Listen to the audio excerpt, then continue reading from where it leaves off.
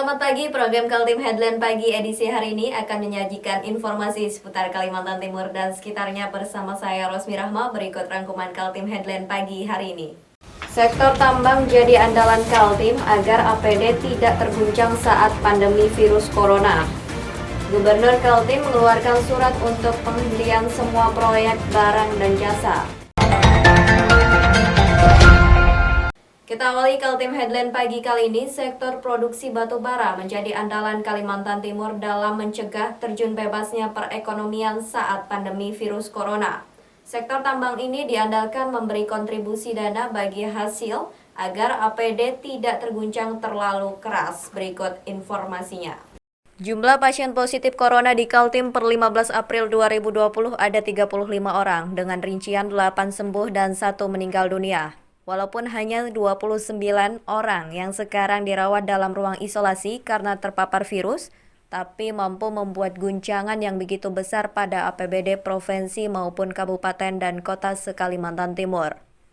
APBD Kaltim tahun 2020 diprediksi drop sampai 40% atau hanya berkisar pada angka 7 triliun dan 11,75 triliun saat ditetapkan DPRD bersama Pemprov Kaltim.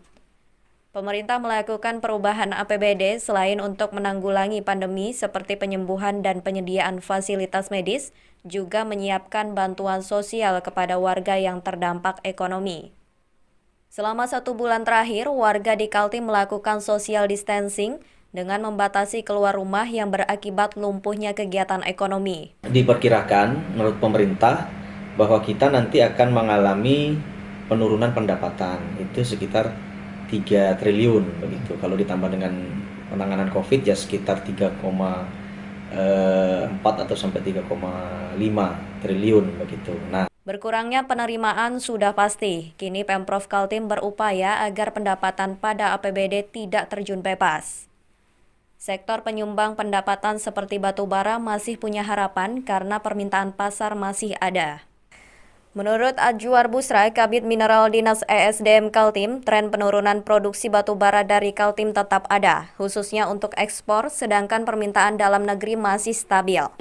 Memang terjadi sedikit tren penurunan, ya, di mana penurunan itu disebabkan pertama beberapa negara yang selama ini sebagai buyer batu bara menghentikan close untuk pengiriman batu bara ke negara-negara tersebut. PLT Sekretaris Daerah Kalimantan Timur Muhammad Sabani mengatakan, saat ini produksi batu bara jadi andalan untuk mempertahankan pendapatan dana bagi hasil pada APBD tahun 2020. Pemerintah Provinsi Kaltim terus berusaha dengan berbagai inovasi agar sektor-sektor yang menjadi lumbung pendapatan tetap bergerak. Kalau berdasarkan evaluasi memang batu bara mengalami sedikit penurunan, tapi produksi masih ada ya.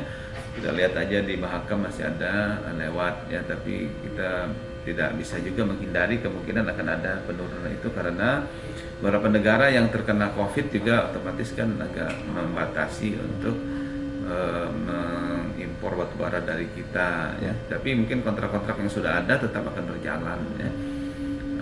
Tentu saja batu bara merupakan salah satu tulang punggung backup perekonomian kita dan juga backup salah satu sumber pendapatan daerah melalui bagi hasil yang diberikan pusat kepada kita ya.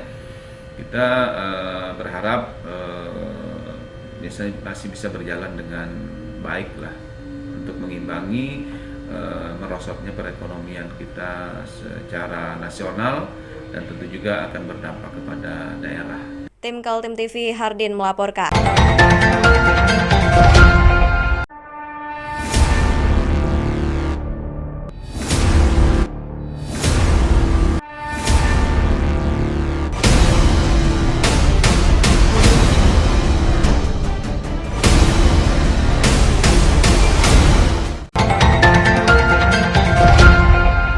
Gubernur Kaltim telah mengeluarkan surat keputusan untuk menghentikan semua proses kontrak kegiatan proyek barang dan jasa, termasuk menyurati pemerintah kabupaten dan kota mengenai pengurangan bantuan keuangan minimal 50%. Berikut informasinya. Dampak pandemi COVID-19 di Kalimantan Timur membuat guncangan hebat pada anggaran belanja dan pendapatan daerah. Pemerintah Provinsi Kaltim bahkan telah menghitung dengan asumsi terburuk anjloknya APBD tahun 2020 yang semula ditetapkan 11,75 triliun berkurang hingga 40%. Menurut PLT Sekretaris Daerah Kaltim Muhammad Sabani, beberapa simulasi sudah ditempuh Pemprov Kaltim. Dari sisi pendapatan yang hampir pasti mengalami penurunan, sehingga dilakukan penyesuaian dalam hal belanja semua sektor. Kita akan hentikan saat ini, semua proyek dihentikan dulu ya, sampai selesai penyesuaian ini. Apakah proyek itu bisa dilanjutkan atau tidak, nanti kita akan evaluasi setelah kita mendapat data dari masing-masing OPD melakukan pemotongan 50% itu. Nanti masih kita evaluasi lagi nanti. Pemotongan anggaran berbagai kegiatan proyek, belanja barang dan jasa serta belanja modal didasari juga keputusan bersama dua menteri, yakni Mendagri Tito Karnavian dengan Menko Sri Mulyani. Gubernur menindaklanjuti dengan menerbitkan surat untuk melakukan penyesuaian terhadap APBD Kaltim tahun 2020. Tentu saja menindaklanjuti itu Pak Gubernur sudah mengeluarkan 2 surat ya. Pertama, surat penghentian terhadap berbagai aktivitas proses pengadaan barang dan jasa maupun proses kontrak ya, sampai dengan waktu yang akan ditentukan kemudian.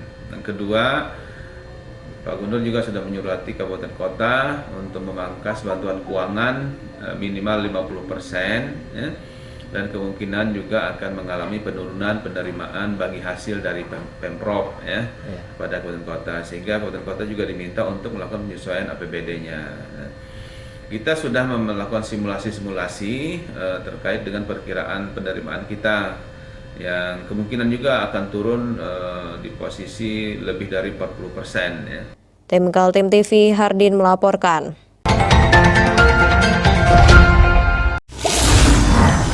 Saya Sutomo Jabir, anggota DPRD Provinsi Kalimantan Timur, fraksi PKB, menghimbau kepada seluruh masyarakat Kaltim. Mari sama-sama kita berantas corona dengan cara jaga kebersihan, rajin cuci tangan, hindari berkumpul, tingkatkan imun dengan olahraga. Bersama kita berantas corona dari Kalimantan Timur. Tidak seperti narapidana lain yang mendambakan kebebasan berada di luar terali besi, 4 orang penghuni lembaga pemasyarakatan kelas 2A Samarinda ini malah betah. Tidak mau menggunakan haknya mendapatkan asimilasi dari pemerintah. Berikut informasinya. Inilah Ambo, 42 tahun narapidana di rutan kelas 2A Samarinda, Kalimantan Timur. Dia adalah salah satu yang menolak hak asimilasi dari program Kementerian Hukum dan HAM.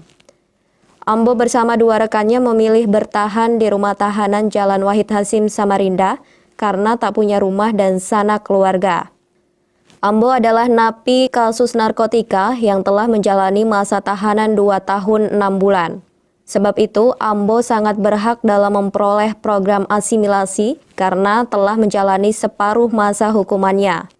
Dia divonis Majelis Hakim selama 4 tahun 6 bulan penjara pada akhir 2017 silam. Meski memenuhi persyaratan untuk keluar dari rutan, pria asal Parepare, Sulawesi Selatan ini merasa bingung harus tinggal di mana di kota Samarinda. Dulu, dia datang ke kota tepian karena berniat untuk mencari kerja. Ambo pun mengakui sempat berjualan ikan di Pasar Segiri. Namun, karena pergaulan dia terjerat kasus narkotika. Setelah dia masuk penjara dan divonis, istrinya pun meminta cerai. Nah, harusnya dapat program. Harusnya tanggal 7 kemarin dapat program apa, Pak? Asimilasi. Boleh pulang ya. Iya, tapi masih mau tinggal sih. Masih mau tinggal lebaran. Kenapa, Pak, kok masih mau tinggal di sini? Iya, enggak. Karena sudah lebaran kan rame. Banyak teman di sini. Banyak teman sini. Kalau nggak memilih bebas, kenapa, Pak? Nggak memilih keluar, kenapa? Alasannya apa? Belum juga masih senang di sini. Masih mau. Ya. Ada kekhawatiran apa Pak kalau Bapak keluar? Enggak ada. Cuma ya masih mau di sini. Pak, katanya Bapak kemarin pas nggak mau keluar katanya tidak ada keluarga di Samarinda. Gimana, Pak? Nggak ada keluarga di sini. Orang tua Pak? Orang tua sudah meninggal semua. Keluarga yang lain Pak? Nggak ada di sini. Bukan. Istri? Istri dan dua orang. Diambil orang Pak? Anak? Anak sama tante. Di kampung halaman? Iya. Di sini karena merasa di sini sudah ada keluarga Pak ya? Teman-teman. Iya, seperti itu. Rencana mau sampai kapan Pak bertahan di sini? Iya. Nah, kalau hasil lebaran, kalau diizinkan pulang-pulang, kalau enggak masih menetap. Betah Pak ya? Iya. Ambo memiliki seorang anak yang kini berada di kampungnya di Parepare, Sulawesi Selatan. Dia ingin pulang ke kampung dan melepas rindu dengan anak dan keluarganya. Tapi dia mendapat kabar di kampung halamannya juga terkena wabah virus corona, sehingga tak menerima orang datang dari luar kota. Mengisi hari-hari di dalam rutan, selain berolahraga, dia membantu teman-teman sesama narapidana mengangkat titipan makan dari keluarganya. Diasimilasi, nah ini ada berapa dan alasannya apa? Jadi yang ada 3 orang kemarin ya yang kita sudah urus sebenarnya, berkasnya sudah kita urus, semua kita siapkan, tapi dia karena tidak ada keluarganya, ya mungkin perantauannya, tidak punya keluarga, akhirnya dia menolak karena dia mau keluar tempat tinggalnya di mana, berkaitan dengan COVID juga tidak bisa juga di luar sembarangan kan, dia takut terkena wabah malah di luar terinfeksi atau segala macam, karena kalau tidak punya keluarga, tidak punya tempat tinggal akan riskan ya di luar. Akhirnya memutuskan untuk tidak melaksanakan asimilasi dengan membuat pernyataan. Tim Kaltim TV Mayang Sari melaporkan.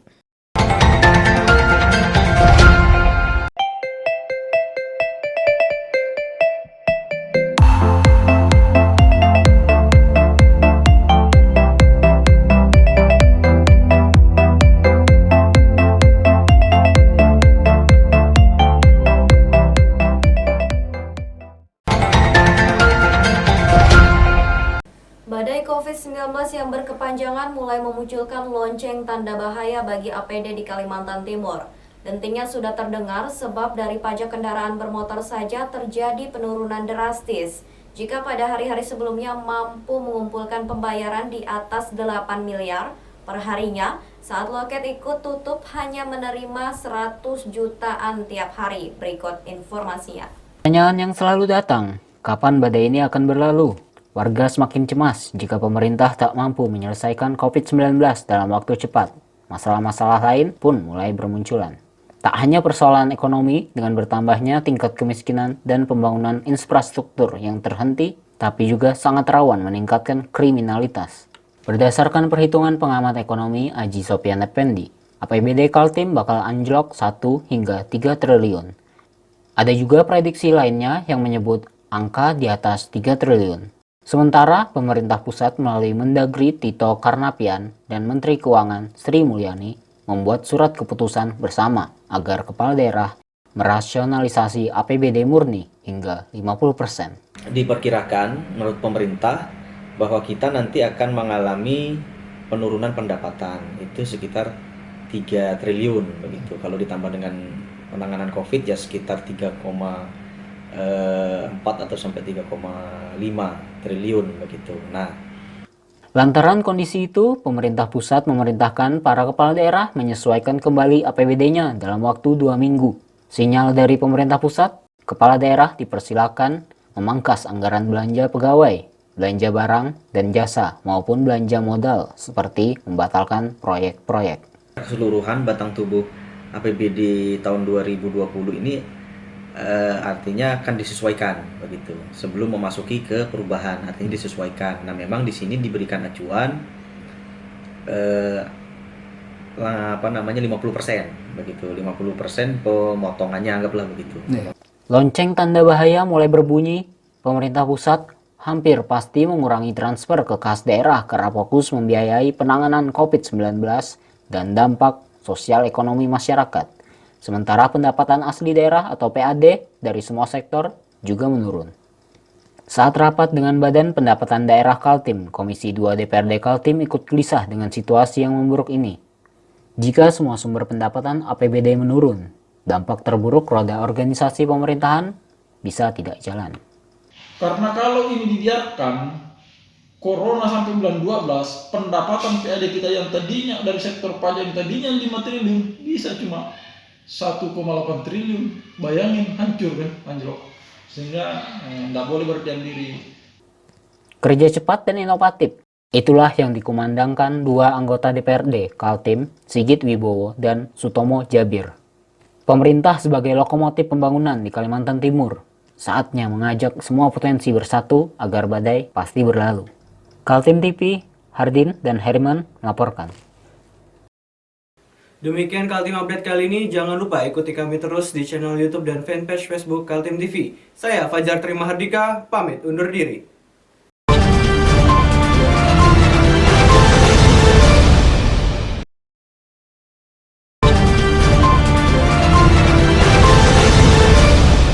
Perkembangan kasus virus corona sampai Rabu 15 April 2020 di Kalimantan Timur ada kabar menggembirakan, yakni sembuhnya 2 orang pasien yang telah 1 bulan berada di ruang isolasi rumah sakit di Samarinda dan Balikpapan.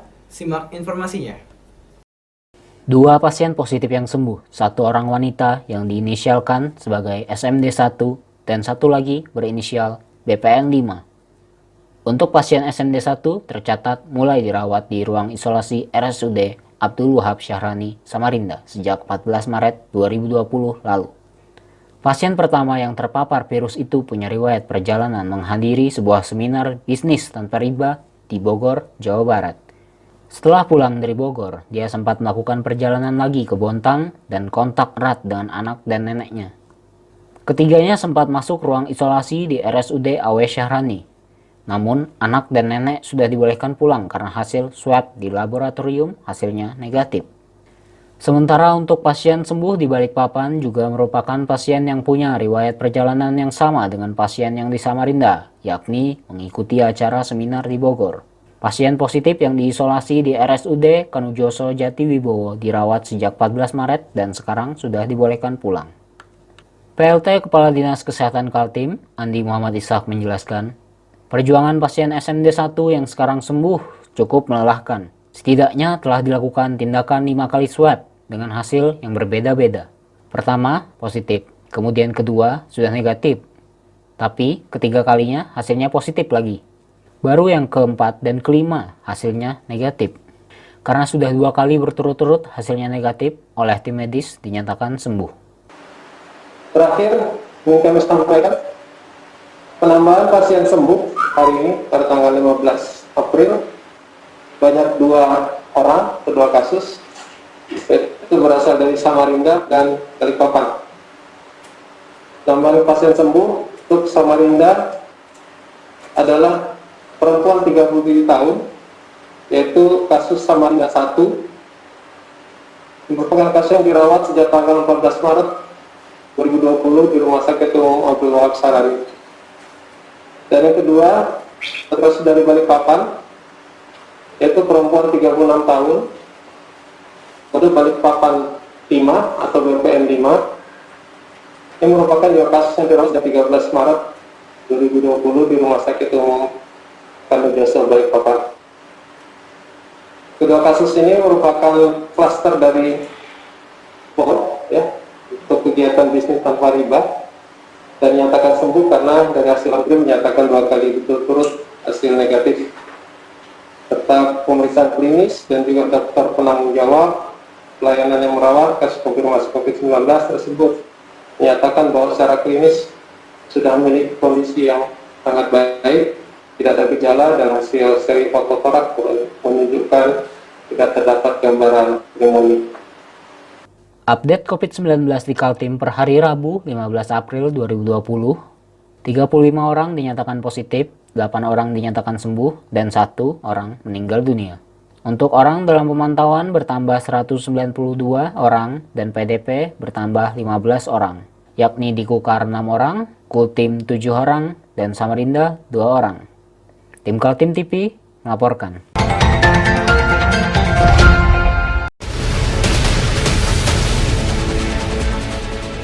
Mari kita memerangi virus corona dengan mematuhi imbauan pemerintah, stay at home.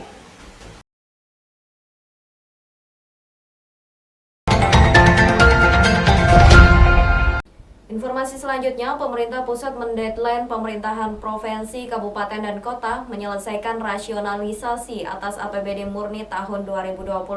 Deadline selama 2 minggu itu ditanggapi optimis oleh pelaksana tugas Sekretaris Daerah Muhammad Sabani dengan jawaban harus bisa. Berikut informasinya.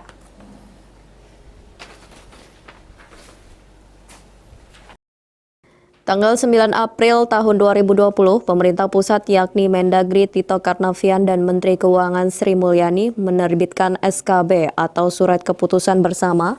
Isinya meminta seluruh kepala daerah di Indonesia melakukan rasionalisasi atas APBD murni sebagai dampak situasi darurat akibat pandemi COVID-19.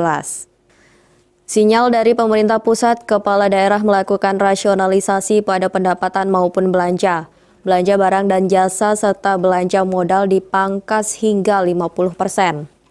Tanda-tanda tak utuhnya lagi penerimaan dari pemerintah pusat sudah terlihat pada kuartal pertama tahun 2020. Kaltim yang semestinya menerima transfer sebesar 25% hanya mendapatkan 17% dari pemerintah pusat. Pelaksana tugas Sekretaris Daerah Provinsi Kaltim Muhammad Sabani menyikapi SKB 2 menteri itu dengan optimis selesai tepat waktunya. Harus bisa, karena itu adalah deadline-nya oleh SKB itu. Jadi diberi waktu 2 minggu sejak tanggal 9 April yang lalu. Dan ini sudah 1 minggu dan kita sudah melakukan konsolidasi terhadap itu. Di rencana Senin depan kita akan evaluasi hasil dari usulan-usulan OPD terkait dengan pemangkasan program-program mereka ya, di 2 komponen besar itu. Selesai di tingkat eksekutif, apakah bisa selesai juga di tingkat legislatif? Beberapa anggota DPRD Kaltim ada yang memprotes prosedural perubahan APBD yang semestinya melibatkan proses legislasi para wakil rakyat. Dan tentu ini kan akan kita laporkan kalau DPRD dulu, laporkan kepada DPRD hasilnya. Ya. Dan saya sudah komunikasi dengan pimpinan DPRD, baik ketua dan wakil-wakil ketua terkait persiapan kita ini untuk melakukan penyesuaian dan nanti hasilnya kita laporkan kepada DPRD. Tim Kaltim TV Hardin melaporkan.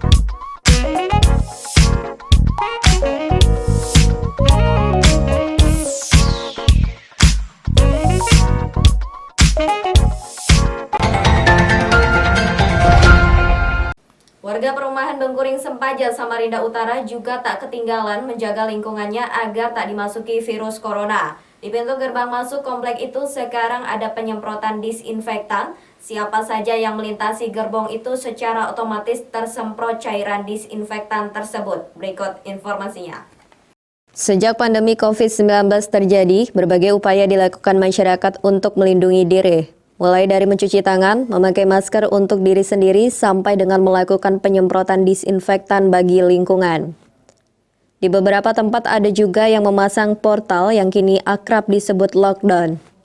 Di Perhumas Bengkuring, warga membuat gerbang bando setinggi 3,5 meter.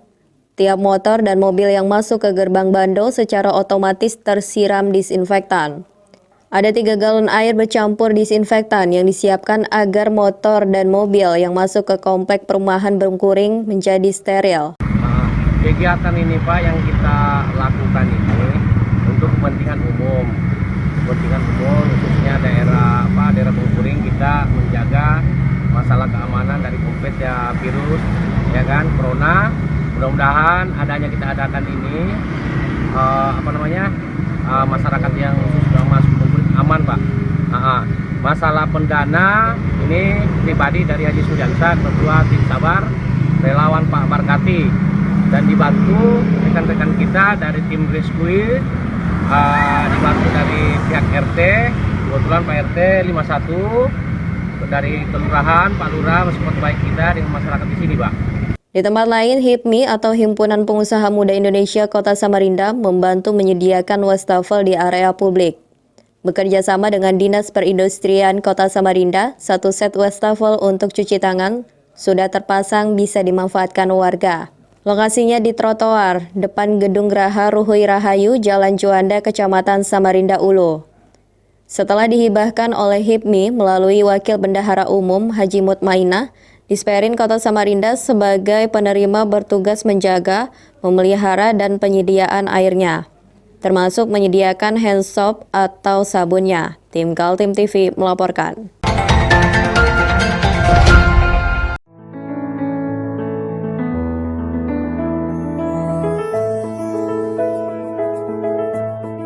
Di sini kami akan mempraktekkan cara pembuatan hand sanitizer alami dengan bahan baku daun sirih. Daun sirih sebanyak 100 gram kita potong kecil, lalu kita masukkan ke dalam air mendidih dengan air sebanyak 400 ml.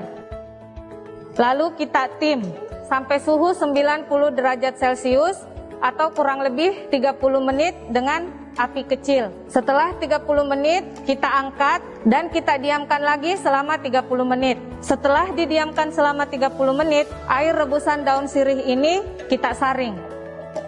Lalu kita campur dengan air perasan jeruk nipis sebanyak 16 ml. Lalu kita aduk hingga rata dan ditambahkan dengan air lagi sampai 400 ml. Lalu kita tuang ke dalam botol spray yang kosong. Berdasarkan hasil penelitian, 15% air daun sirih ini mengandung 70% etanol yang mampu berfungsi sebagai antiseptik yang membunuh bakteri, virus, dan mikroba.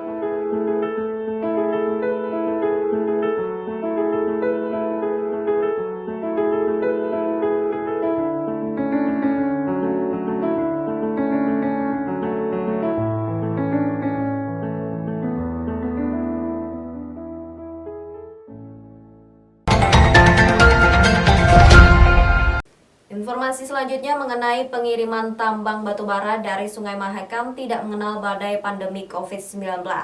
Setiap hari di saat masyarakat masih dilanda kecemasan penyebaran virus corona, puluhan ponton mengalir membawa hasil perut bumi keluar Kaltim.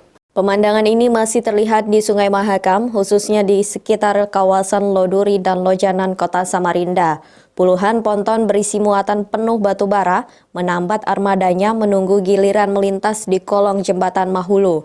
Pergerakan kapal-kapal ponton itu nyaris tak ada berubah dengan masa sebelum adanya pandemi COVID-19. Di saat ekonomi para pedagang kecil, restoran, hotel, dan bisnis lain terseok kena imbas, sektor batubara terlihat tetap saja bersinar. Tapi ternyata yang terlihat belum tentu sama dengan faktanya. Menurut Ajwar Busra, Kabid Minerba Dinas ESDM Kaltim, tren penurunan produksi di Kalimantan Timur juga terjadi. Bahkan banyak perusahaan tambang tutup karena harga batubara yang jatuh dan penyetopan permintaan beberapa negara di dunia. Itu di mana sektor pertambangan memang kita lihat ketahui sendiri bahwasanya memang terjadi sedikit tren penurunan, ya, di mana penurunan itu disebabkan pertama beberapa negara yang selama ini sebagai buyer batubara menghentikan close untuk pengiriman batubara ke negara-negara tersebut. Terus kedua, beberapa negara juga itu mengurangi daripada pemulihan batubaranya. Kita lihat sendiri bahwasanya di jalur transportasi Sungai Mahakam masih kita lihat banyak ponton.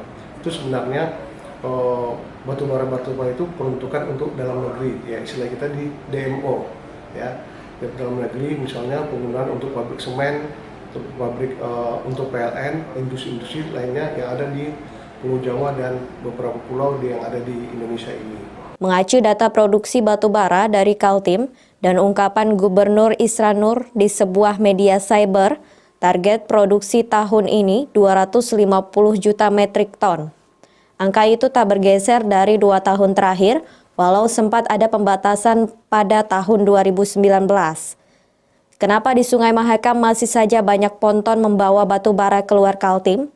Karena kegiatan produksi perusahaan sudah lebih dulu direncanakan, yakni ketika mengurus perizinan ke Kementerian ESDM pada tahun 2019 lalu dan sekarang tinggal melaksanakannya. Aktivitas penambangannya, baik itu penambangan, pengangkutan, penjualan, terlebih dahulu telah mendapat persetujuan dokumen rencana kerja anggaran biaya. Jadi yang biasa disingkat dengan RKAB.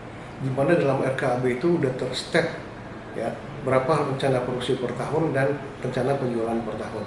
Nah, di sini untuk menjual ini dengan kondisi COVID-19 ini sebenarnya ini nggak jadi masalah lagi, karena pada saat RKAB disetujui mereka udah memasukkan dalam online MOMS ya di Departemen SDM ya, di Kementerian SDM, di mana di dalam MOMS itu udah diinformasikan bahwasanya rencana produksi dan rencana penjualan.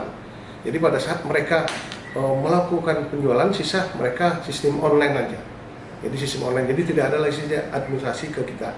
Cuma kewajiban daripada perusahaan tersebut melaporkan secara tiap bulannya kepada kita berapa batu bara yang dijual, diproduksi maupun dijual. Tapi untuk proses daripada penjualan itu udah semua sistem online di kementerian, yaitu program MONS. Tim Kaltim TV Hardin melaporkan.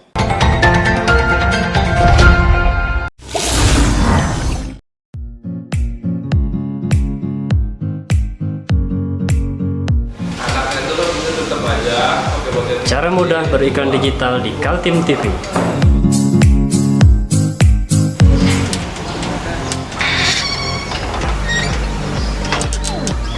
Yang pertama, jadilah sahabat Kaltim TV.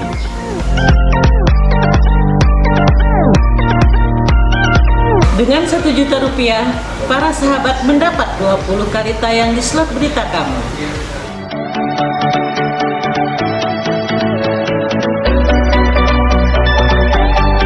Dengan 20 detik dapat menjangkau 20.000 penonton. Anda beruntung karena mendapat kesempatan perdana dari kami. Ayo jadilah sahabat Kaltim TV.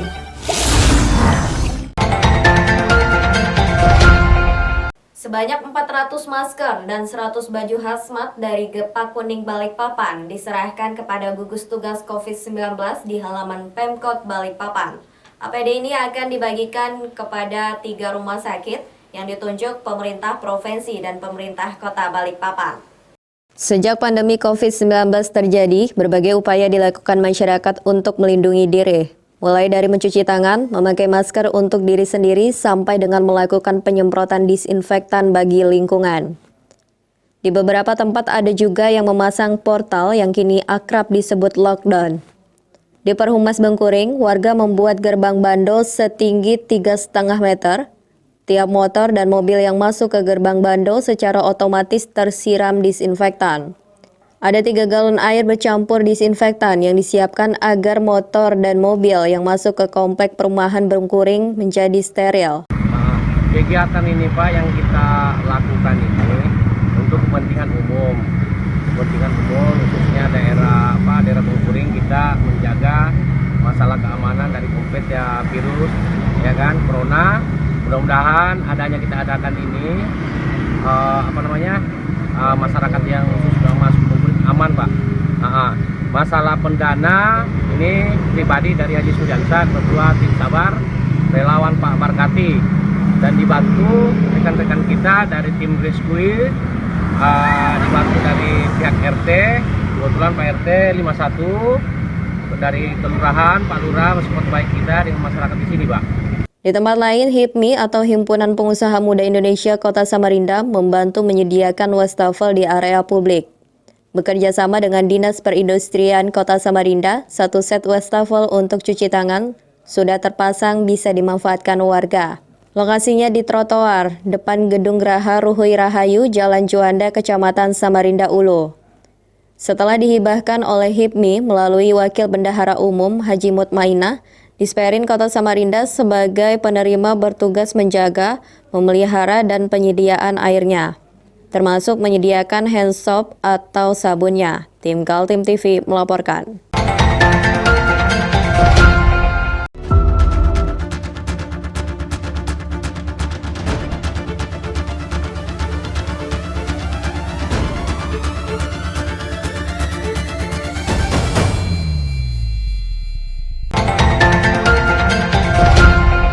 Demikian Kaltim Headline pagi kali ini. Jangan lupa untuk saksikan kami melalui channel YouTube dan fanpage Facebook Kaltim TV. Saya Rosmi Rahma bersama kerabat kerja yang bertugas pamit undur diri. Kaltim TV, siaran kemajuan.